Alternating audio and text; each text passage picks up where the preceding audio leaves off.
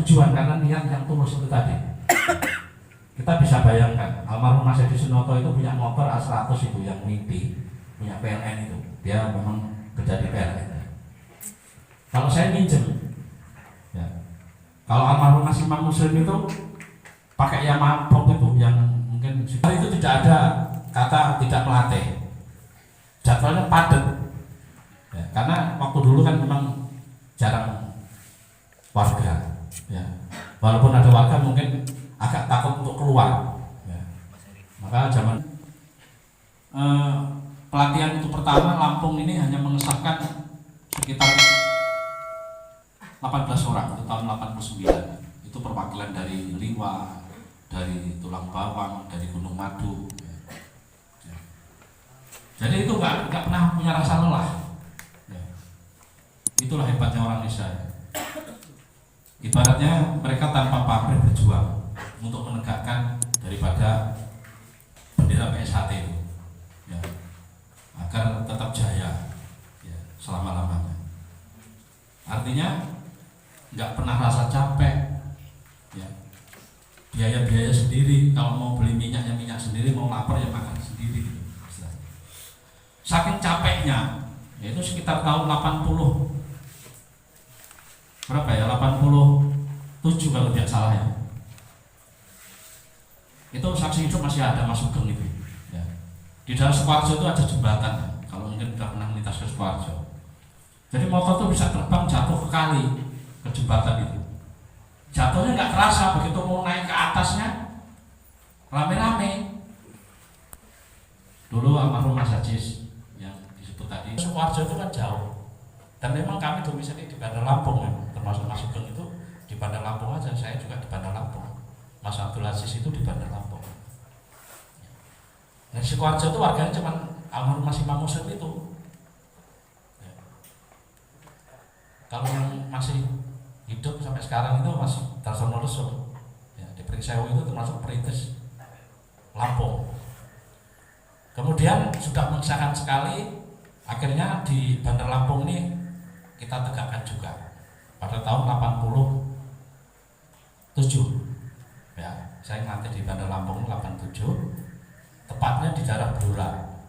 Ya, mungkin kamu pernah tahu di Blora kan? Nah, disitulah tempat pertama kali berdirinya PSHT di Bandar Lampung. Coba, kalau kita ini kan bisa ibaratnya begini.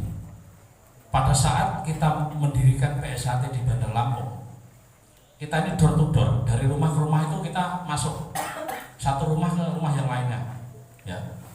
Ibaratnya kayak kita yang kondangan lah, dari satu rumah ke rumah lain kita tanya, dia bilang assalamualaikum. Akhirnya kita tanya, Pak, minta tolong anaknya untuk dilatih PSHT. PSHT itu begini loh, pelajarannya seperti ini. Akhirnya orang tua itu tertarik, bahkan sampai sekarang pun Blora itu terkenalnya apa? Anak-anak Blora yang bandel setengah mati itu, orang tuanya merasa salut dengan kita. Ya. Makanya orang tuanya ada hal yang mungkin saya tidak pernah saya lupakan. Setiap ketemu saya bilang, seandainya dulu di Blora ini tidak ada PSHT, betapa anak-anaknya nakal semua deh. Bisa kita bayangkan. Diperintah sama orang tuanya bantah, ya. Disuruh apa-apa bantah. Tetapi begitu dia mengikuti PSHT, ternyata dia merasa taat. Yang tukang main, tukang judi jadi sembuh, tukang minum juga jadi sembuh. Nah, di situ hebatnya. Memang kita di PSHT ini dengan kita pernah latihan di PSM, dengan otomatis kalau kita mendirikan PSHT ini dengan misi siar dakwah, kan masalah masyarakat banget. Ya. Kalau tanpa itu buat apa? Kalau kita tidak dakwah kan, artinya mengajak kita dalam suatu kebaikan. Masa sih dalam sekian orang, mungkin di ini mungkin ada 80-an ya yang hadir pada malam hari ini, masa sih nggak nyantol satu pun, kan nggak mungkin, ya kan? Dan itu mungkin kita berjuang terus dengan misi siar dakwah, berbenah untuk yang tadinya si siswa itu tidak baik jadi baik. Ya, itu tujuan PSHT seperti itu. Ya. Makanya kenapa sih kok PSHT itu artinya justru ya hal yang wajib itu kok keesaan harus diwajibkan, karena pembentukan karakter itu dari keesaan itu, ya. mungkin nanti akan sampai ke titik arti bahwasanya begini. Kalau kita berbicara masalah hidup, ya mungkin kamu pernah bukaan. Kalau tangan kanan ini menceritakan mengenai hal kehidupan sehari-hari. Kemudian untuk tangan kiri ini menceritakan mengenai hal akhirat, bahwa manusia hidup nanti pada saatnya dipanggil ke hadapan Allah untuk dimintai pertanggungjawaban. Jadi artinya bukan seni saja bukaan itu, semua mengandung arti, bahkan nanti setiap itemnya ini ada arti tersendiri. Ya, karena ilmu Islam ini ilmu tauhid, otomatis karena kita orang Islam, insya Allah apa yang disampaikan adalah misinya semuanya ada di Al-Quran. Ada yang non muslim? Berapa? Satu. Artinya begini, PSHT ini semua agama bisa masuk, tetapi karena yang menyampaikan orang Islam, otomatis yang disampaikan adalah misinya Islam. Takutnya kalau menyampaikan agama orang lain takut salah hukumnya, kan gitu ya. Kenapa kok itu suatu kewajiban? Karena memang tujuan awal daripada berdirinya PSHT ini, ya, tujuannya itu adalah mendidik manusia yang berbudi luhur, tahu benar dan salah. Jadi nanti di akhirat tidak ada ditanyakan kamu dapat jurus berapa, itu nggak ada. Kamu dapat senam berapa, di akhirat nggak ada. Tapi fisik itu merupakan sarana untuk menempuh hal yang itu, karena orang itu kalau kita tidak pernah bekerja untuk menuntut ilmu, meraih sesuatu agar kita sukses, itu nggak ada ibarat cuman ngimpi tok. Semua itu melalui proses mungkin dari jambon, dari kamu polos ke jambon lebih berat lagi, kemudian ke hijau lebih berat lagi, sampai putih lebih berat lagi. Baik berat secara fisik maupun secara rohani. Maka dari itu tadi diceritakan mengenai sejarah berdirinya PSHT di Lampung, ya. Umumnya di Bandar Lampung. Sekarang kita menyimak dari sejarah berdirinya Persaudaraan Setyati Teratai. Ini sejarah ya. Ini secara singkat saja, karena sejarah itu memang banyak dan kita tidak pernah lupakan, ya, bahwa nama kecil daripada Pak Ki Ageng Surodiwiryo itu adalah Mas Muhammad Masdar. Ya. Beliau ini lahir di kota Jombang, Jawa Timur pada tahun 1876.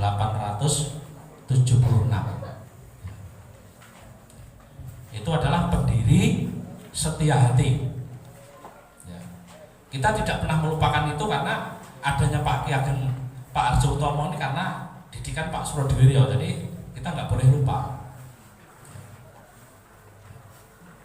Pak Suro ini lahir di kota Jombang, dia tinggal di Pondok Tebu Ireng. Otomatis kalau udah di pondok itu ya otomatis ya dikit banyaknya memang ya basisnya Islam. Seperti mungkin saya dengan Mas Ratman, Mas Sugeng dan sebagainya ini PSM pesantren sambil mutakin latihannya. Jadi situ memang Islam semua memang. Ya. Tapi kami bukan di pondok loh ya. Kami hanya latihan di pondok saja, tapi nggak mondok. Mayoritas di Tanjung Karang ini mungkin basisnya PSM, Mas. Yang tua-tua, yang senior-senior ini mungkin dari PSM. Jadi nama kecil dari Pak Ki Ageng Surodiwiryo itu adalah Mas Muhammad Masdar. Pada usia 15 tahun beliau ini berkelana,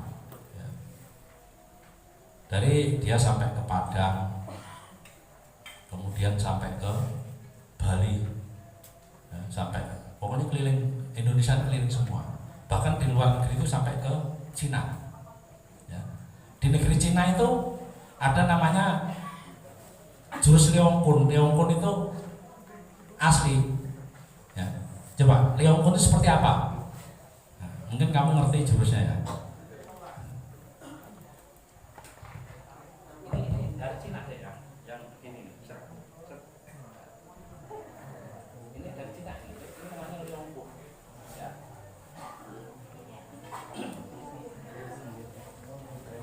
Kemudian kalau di Padang itu banyak pedangan, ya dari Padang itu. Ya. Terus Aceh beda lagi, kalau di Padang itu banyak kembangannya dengan pedangan. Seperti ini, kalau dari Padang ya, banyak seperti ini Padang nih, seperti ini. Ya. Kemudian ini dari Padang. Ya. Kalau dari Aceh itu hampir mirip.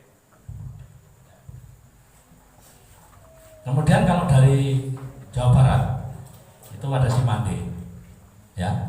Cimande itu seperti senam berapa? Ini Cimande nih, ya. Ya. Ini masih Cimande, ya. Ini dari Jawa Barat.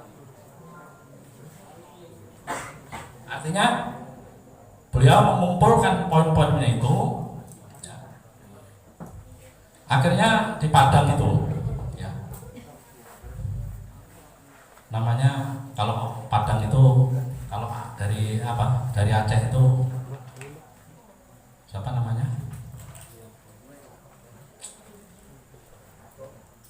Siapa namanya, saya lupa saya. Kalau Datuk Raja Patuah itu dari Padang. Kalau dari Aceh itu apa namanya? Kalau saya ingat itu yang Ida Gempol dari Bali. Karena pada saat dia di Padang itu, ya ketemu dengan seorang perempuan. Dan maharnya atau mas kawinnya itu cuman bertanya, siapakah Mas Muhammad Masdan itu? Akhirnya beliau tidak bisa menjawab. Hanya tanya itu pertanyaannya, siapa sih Mas Muhammad Masdan itu, kan nggak terjawab oleh dia. Akhirnya dia lari ke Bali, ketemulah namanya Ida Bagus Gempol. Dia lagi bisa menjawab pertanyaan itu. Ya, nanti pertanyaan itu kenapa kita ulas nanti setelah pertemuan berikutnya. Ya, itu ilmu dalam, ya, ilmu hati, ya, masalah. Akhirnya di dalam pengembaraannya, kalau zaman dahulu itu karena masih dalam penjajahan Jepang, otomatis yang mengikuti PSHT ini katakanlah hanya sedikit, itu orang-orang tertentu, ya mungkin anak camat mungkin, ya. Jadi akhirnya perkembangannya agak sulit, ya. Agak sulit, ya. Akhirnya beliau ini mendirikan suatu perkumpulan yang pertama itu namanya STK atau Sedulur Tunggal Kecep, STK. Nah, beliau ini mempunyai permainan yang sangat unik, namanya Joyo Gedilo. Bahasa Jawanya sepele namanya, tapi menang, ngalahake tanpa ngasorake. Nah, di sini kita kupas. Ya. Di PSHT tidak belajar jurus Joyo Gedilo ini, ya karena sifatnya membahayakan daripada ini yang latihan gitu. Karena jikalau kita belajar ilmu Joyo Gedilo, otomatis sambungnya nggak pakai lama-lama, ya hanya hitungan menit selesai. Tapi kalau kita ikut di atlet, banyak yang dikat, ya. Nah itulah di PSHT tidak diajarkan. Yang diajarkan adalah ilmu kebatinannya, ngalahake tanpa ngasorake.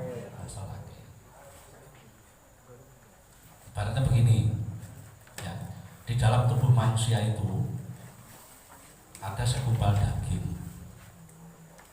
yang berbentuk seperti buah samubar. Ya.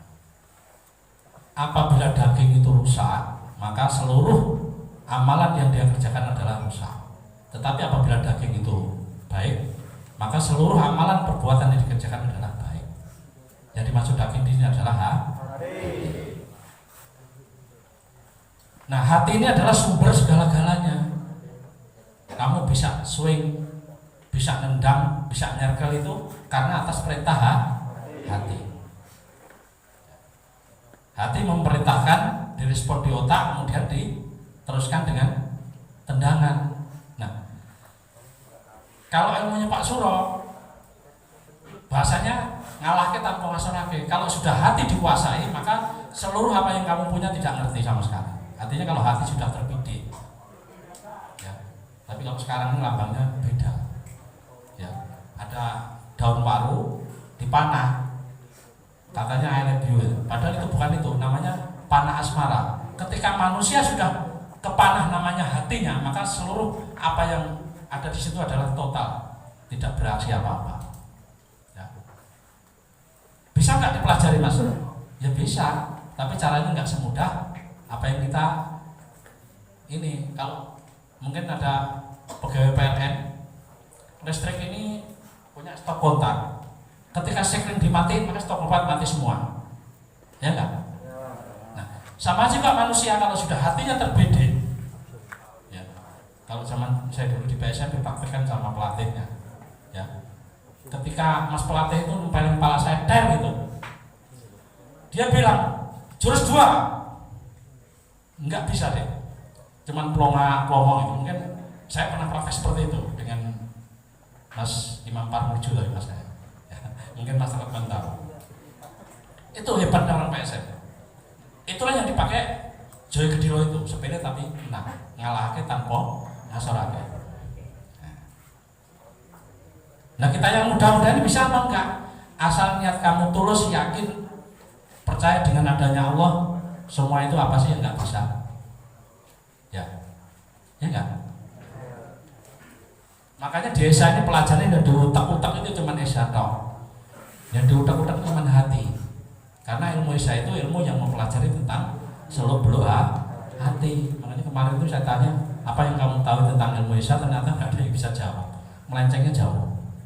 Cuman bilang aja, ilmu Isya adalah ilmu yang mempelajari tentang seluk-beluk hati, yang diutak-utak masalah hati tok.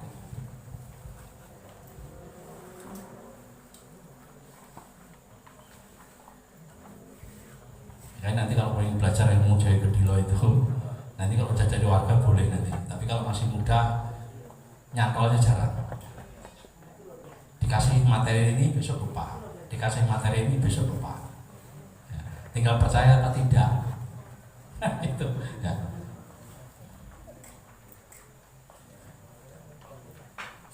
Dicari di YouTube nggak ada deh jurus Joy Gedilo itu. Di YouTube nggak ada. Kalau nyari di YouTube itu bongkar semua. Ya. Tapi insya Allah pada tahun 89 saya pernah belajar sedikit, ya. Tapi tidak pakai YouTube. Dulu nggak ada YouTube. Ya. Mungkin kebetulan saya dapat takwil, ya, jurus itu akan tampak seperti nonton TV. Memang kalau kita praktekkan betul-betul, kalau kita sambung hitungan menit aja selesai, Pak. Tapi itu semua berdasarkan hati. Kalau hatinya nggak kuat, kamu sambung berpasangan kemudian dikecoh, kamu berubah pasangan, berarti keyakinan kamu kurang. Ya, ya kan? Makanya orang Indonesia ini yang paling hebat. Kenapa sih orang Indonesia itu kalau berdoa mesti hati yang ditekan? Karena hati itu adalah kunci keseluruhan, itu ada di hati. Makanya ilmu Isya itu, ya, setia hati itu bukan suatu agama. Tapi agama tanpa setia hati maka pengabdiannya kurang, ya kan? Percaya apa enggak aja. Kita mungkin sedikit pernah berbohong kepada diri kita sendiri, ya, berbohong kepada orang lain, berbohong kepada orang tua, yang punya suami berbohong kepada suaminya, yang punya istri berbohong kepada istrinya, ya. Nah ketika hati itu sudah banyak bohongnya, maka otomatis hati itu akan kotor dengan sendirinya. Kalau sudah kotor dengan sendirinya, kita bercermin. Cermin itu kalau udah banyak debu, maka wajah kita nggak akan tampak, ya kan? Nah caranya seperti apa biar tampak wajah kita? Sering-sering membersihkan diri. Ya. Caranya membersihkan diri apa? Minimal mengurangi bohong kepada diri kita sendiri. Sulit loh deh. Ya. Kita kadang-kadang lagi keluar, kita tengok kanan, tengok kiri, bahasanya nggak ada orang, udah kita nyolong aja lah. Termasuk berpuasa mungkin kamu nyelinap di kolong minum, air seteguk, nggak ada yang lihat ini kan. Nah, Allah tahu, walaupun kamu nyumput dimanapun, ya kan? Maka dari itu agak sulit belajar Indonesia. Dan yang paling berat itu yang menyampaikan sebenarnya. Saya masalah ini suka nyampein masalah keesaan. Kalau yang menyampaikan ini tidak melakukan apa yang dia sampaikan, ini ajaknya duluan saya. Ya. Jadi apabila saya menyampaikan sesuatu kebenaran, saya sendiri tidak melakukan, ini kalau ibaratnya bahasa itu godot itu di depan kepala ini, namanya toya. Apa kata toya? Apabila engkau yang sampaikan tidak sesuai apa yang kamu lakukan, maka aku akan datang. Ini toya, nonton das mas. Nak kowe bledok apa sih kok sampai ini nggak sesuai apa ning jero atimu, maka aku akan datang, kata toya tadi. Ya, nggak sembarangan dong Mas Batini ngasih lambang-lambang itu. Ya, karena Mas Batini seorang kiai. Ya, paham kan? Maka dari itu, kenapa saya dulu berkeinginan keras untuk menjadi orang desa? Pada saat saya di Jawa, saya pernah merenung dalam jiwa saya, apa sih yang harus saya berikan kepada orang lain? Mengenai harta saya tidak punya, ya. Bondo ra duwe om wis tak menehne karo wong liya. Mungkin kesempatan itu saya terpanggil. Mungkin dengan jalan saya mengikuti setia hati. Ada bahasa setia hati itu saya merinding. Ya. Saya kan pernah ketemu dengan orang, mungkin orang itu begini. Waktu saya SD kelas 6, ada seorang pengemis itu duduk di apa itu istilahnya di bahan kayak inilah, kayak di jembatan gitu. Begitu saya datang si pengemis itu tidak kehujanan, padahal hujan besar sekali. Ada semeter keliling itu nggak kehujanan orang. Saya datangin beliau, assalamualaikum, waalaikumsalam. Kenalan sama dia. Dia bertanya kepada saya, kamu sekolah kelas berapa? Di kelas 4. Berarti kamu sudah pinter dong? Ya pinter sih enggak, saya bilang. Ditanya sama dia, kalau kamu yang benar-benar pinter, coba kamu pegang aku, katanya. Saya mikir, saya nggak bisa pak, katanya. Alangkah bodohnya kamu, padahal aku di hadapan kamu, kenapa kamu nggak bisa pegang aku? Ya, ini pengalaman. Aku ngomong, kalau seandainya saya memegang tangan bapak, bapak mesti ngomong ini tanganku tapi bukan aku, kan gitu. Ya. Kalau aku memegang dada bapak, bapak mesti ngomong ini dadaku bukan aku.